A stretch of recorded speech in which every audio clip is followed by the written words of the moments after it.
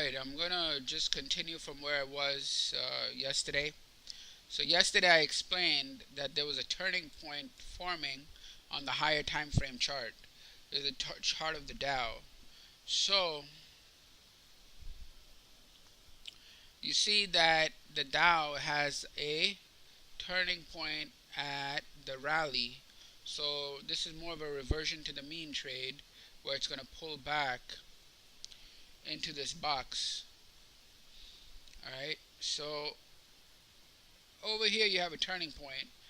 The first step is to take a look at the pivot on the higher time frame and see the action next to it.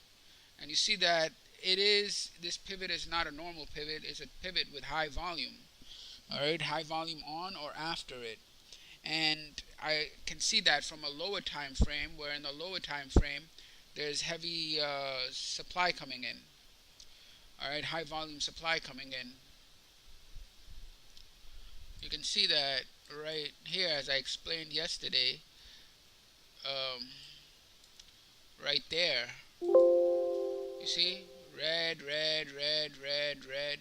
All this in the wave. So this is high volume supply coming in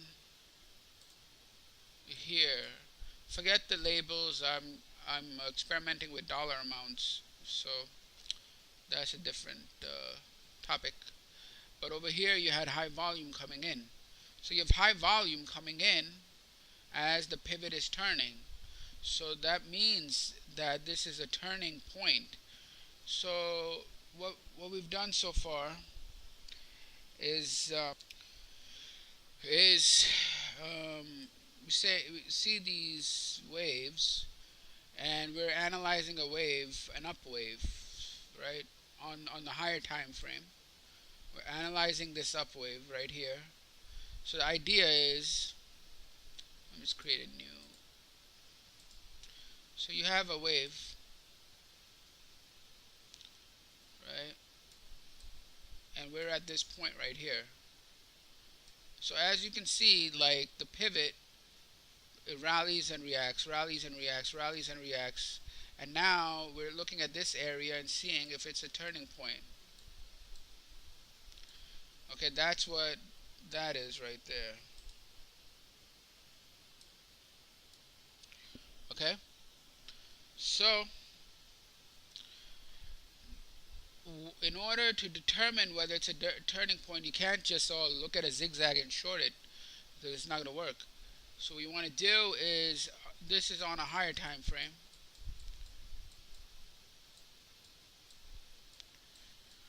We're on a rally top. What we want to do is now take a look at a lower time frame. On a lower time frame, this thing is going to look like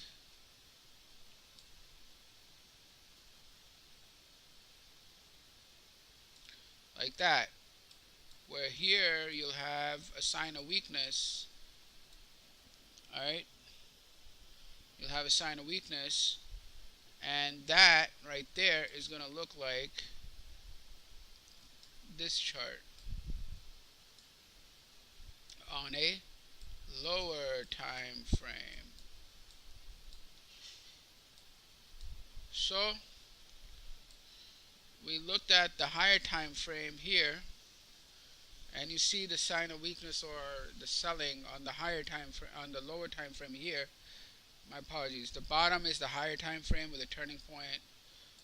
The top is actually the lower time frame where you see the high volume coming in at the turning point. So we've done that. We've seen that as the pivot turned on the higher time frame, there's heavy volume coming in on the lower time frame. So that's step 1 and 2. Step 1, pick a higher time frame and look for a pivot. Alright, but it needs to be the rally or a pullback. It can't be any small little consolidation wave. It needs to be high up or pulling back, for a pullback trade or a reversion to the mean or whatever. So we're looking at these points here. Alright, if it was doing something like, like that, I'm not going to look at inside here. I'm I'm not going to look here for turning points. I'm looking for turning points up here and down here, not in the middle of a consolidation range. I'm looking for, either some type of pullback, a reversion to the mean type of thing, or a continuation trade from a pullback. So the higher time frame, step one, find a turning point on the higher time frame.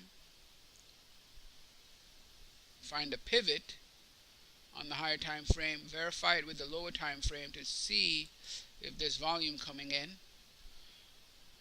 on the lower time frame, right? So we went step one, find a pivot, a good pivot to trade, right? So it should either be a rally for a pullback trade or a pullback for a continuation trade. All right. So step one, find the pivot. Step two, confirm that that pivot is in fact a turning point by taking a look at the lower time frame and observing high volume behavior. You will see what I mean by high volume behavior is it needs to be a sign of weakness, and that sign of weakness can be identified from high volume. It can also be identified based on distance, meaning it's just a big wave down. It could be the biggest wave in multiple waves. There are plenty of ways to do this, like people will use even moving average crossovers or whatever. But the point is, if you're using Wyckoff methods, you're going to be looking for either volume, big heavy volume supply coming in, or you're going to be looking for distance, which is the length of the wave. Those two, it can also be based on distance and time together, but whatever. That's what you're looking at. So now that we take a look at these two, I guess that's enough to there is a third step. The third step is to use a point figure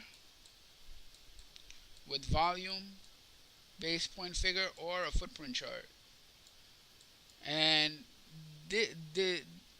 what you're trying to do here is you're trying to see the CM's distribution.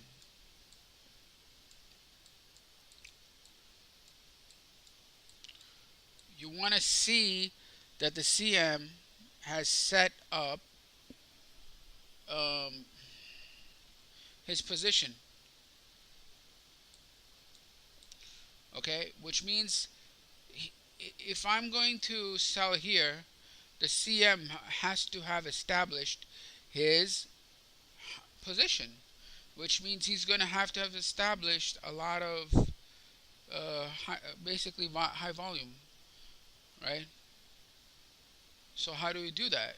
Now you need to use a point and figure chart with volume or a footprint chart, but you need to be able to see volume, blocks of high volume, because he's going to establish his position. If he's establishing his position, it will be exposed through volume. Now many times volume will not be helpful, but in this case it is going to be helpful, and you have to interpret it the right way, because this is not easy to interpret. But now that I'm taking these steps in such order where I have a pivot, I look at that pivot, it's from a rally, it's not inside consolidation, it's a rally, it's an up wave, and I'm going to trade the pullback. I'm looking for a turning point. I'm looking at the lower time frame, and it shows that selling is coming in.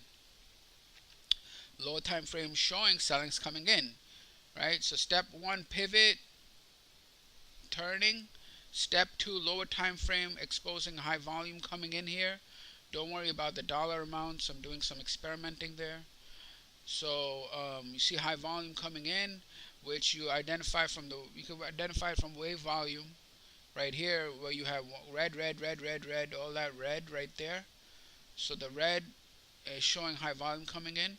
Now take it a step three, which is look into the point and figure chart and determine if the CM is establishing like big positions, which basically means he's going to sell high. All right. So now we're going to go to the point and figure, and this is the area. And what do you see here? This guy, whoever's group or whatever, 17,000 contracts. Now, put that in perspective.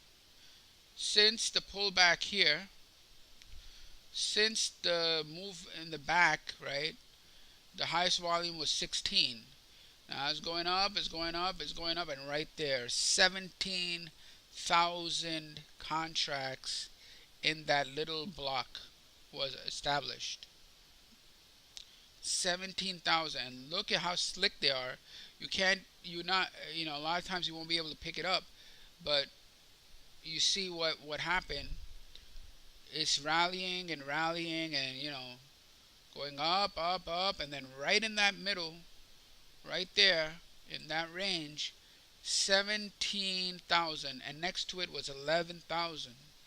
So that means that at that turning point, not only do you have wave volume selling, but at within those levels, 1,700 and next to it 1,100. No, 17,000 next to 11,000 contracts. That's that's big. Look at this. 17 is bigger than all these other numbers, right?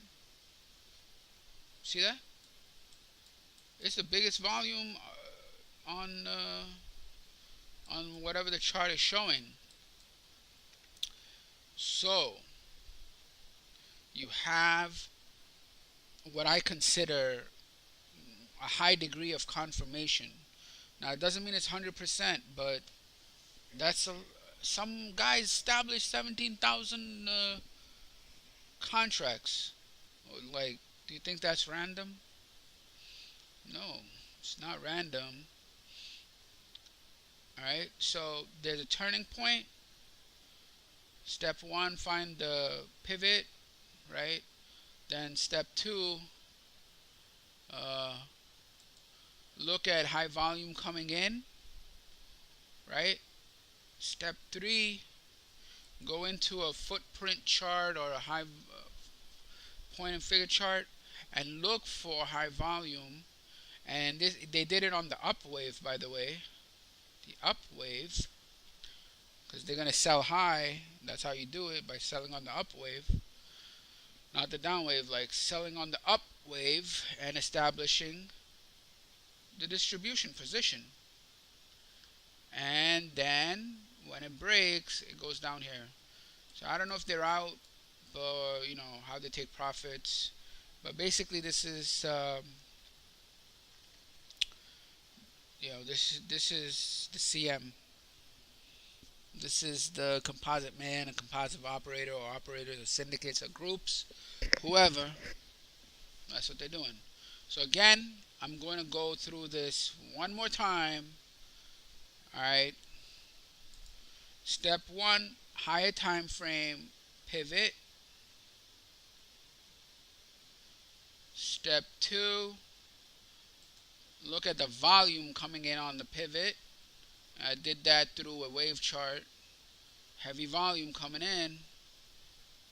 Step three, point and figure with volume, or footprint chart with volume, where you see the position established. And this has been established by the composite man, or the whichever group that, I don't know who they are, but they established the position. That's step three. It's there. Now step four. Join them.